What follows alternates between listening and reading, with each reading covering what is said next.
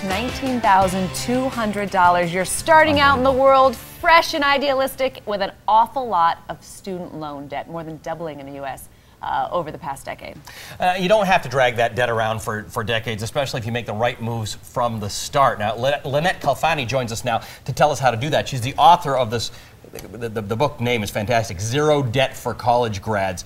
And it's not just a pipe dream. You can get there. The thing, I mean, Lynnette, the thing that's interesting about you is you're not writing you're writing this from knowledge. You went from a situation where you yourself were heavily in debt with credit cards and college debt. $100,000 in credit card debt, $40,000 in student loan debt, and I pay them off. So yes, it can be done.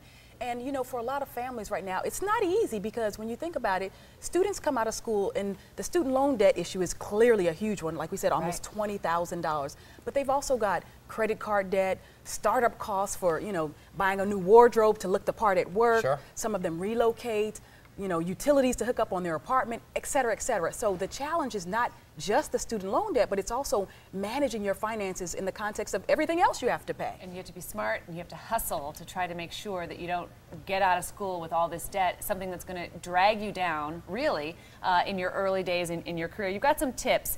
You say you've got to save early and often. Tell us some of the tips for staying out of debt. Well, one of the things that I do encourage students and their families, their parents to do is to save early and often, because so many times I hear from people who say, my son is 18 or he's 16 and, you know, we're afraid that we won't be able to afford college. Well, the better strategy is to think about it as soon as he's born. You know, start socking away money in 529 plans if you can. Those are the state-sponsored college savings vehicles. A great way to invest. You put your money in there, and that money you don't pay taxes essentially on. Right. It's essentially mutual funds that you're investing in, but it grows and appreciates over time.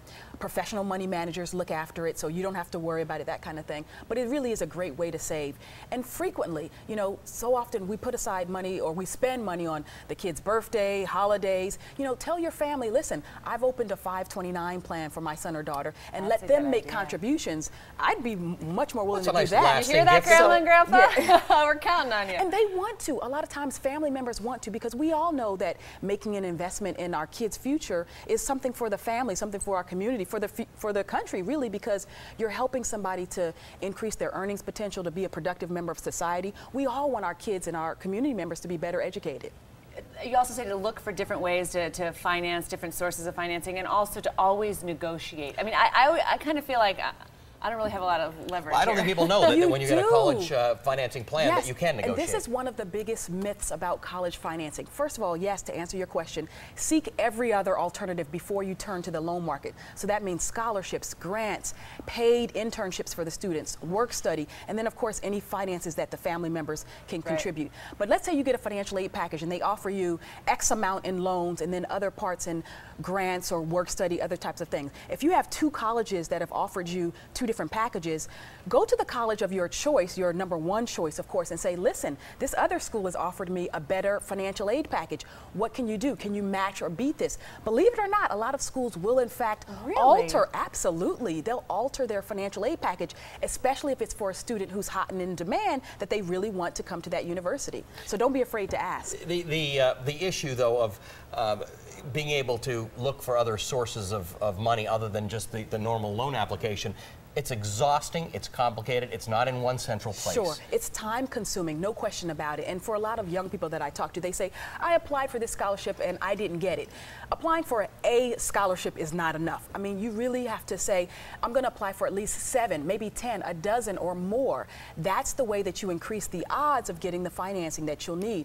And trust me, it's worth it, because if you wind up getting $25,000, $30,000, $40,000 worth of scholarships, that's that much less in student loans you have to take out, and you won't have to pay those loans off for the next 10 or 15 years. So if you've got to put in, you know, a full-time effort pretty much, you know, for a week, 2 weeks, a month, trust me, it'll be worth it in the long run. If you're applying or you're encouraging your child or your grandchild to apply for a bunch of different scholarships, it's not like you have to write 15 different essays. You can, you know, nuance the essays and really hone one good essay about why you think that you need the scholarship and why you need the, you know, this education, and shop it around. Precisely. Massage it a little bit if it needs to be tailored specifically for different schools or for different organizations. Also, your letters of recommendation that you'll get from people who know you or can attest to your character and your skills as a student or a working person. You can use the same ones with multiple applications. So there are some ways you can get creative and reduce the amount of time that it takes. But the idea is that you really do want to minimize the student loan burden, because this is a growing problem. We're talking about the student loan industry being an $85 billion a year industry. Everybody talks about the credit card debt that students have, but not enough attention is given to the student loan issue, and it really is a growing problem. All right, Lynnette Zero Khalfani. debt. Good name, huh? For college grads. It is. Zero debt for college grads. Good luck with that. All right, thanks, you. Lynnette. All right.